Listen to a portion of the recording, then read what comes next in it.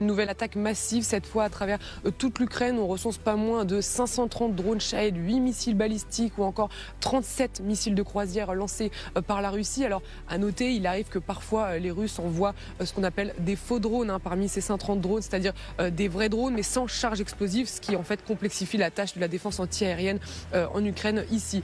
Toutefois, les dommages sont quand même très importants, notamment dans le sud-ouest du pays. Ce sont notamment les villes de Pavlograd, Dnipro ou encore Zaporijjia qui ont le plus souffert de ces attaques, notamment à Zaporijjia. Le bilan humain est le plus élevé là-bas, au moins un mort. Ce sont des quartiers résidentiels, des rues commerçantes une nouvelle fois qui ont été touchés. Ce matin, les secours sont toujours sur place en train de fouiller les décombres de plusieurs immeubles de plusieurs étages. Sachez aussi que dans la région de Kiev, ce matin, on l'apprend, les compagnies ferroviaires dénoncent de nombreux dégâts sur les rails. Et puis, il y a eu aussi d'autres localités à travers toute l'Ukraine qui ont été touchées, notamment à l'est du pays, chose plutôt rare. Des drones, notamment, ont été aperçus au-dessus de la région de Volyn, tout à l'est, à la frontière de la Pologne. Mais pour le reste de ces localités, ici, les officiels ukrainiens ne donnent pas ni de bilan humain ni matériel, ce qui pourrait laisser supposer, ce qui sous-entendrait ici que, effectivement, des cibles militaires auraient pu être visées, mais cela reste évidemment à confirmer. Ce matin, Volodymyr Zelensky dénonce ces frappes russes et une nouvelle fois demande des actions de la part de l'Europe et des États-Unis.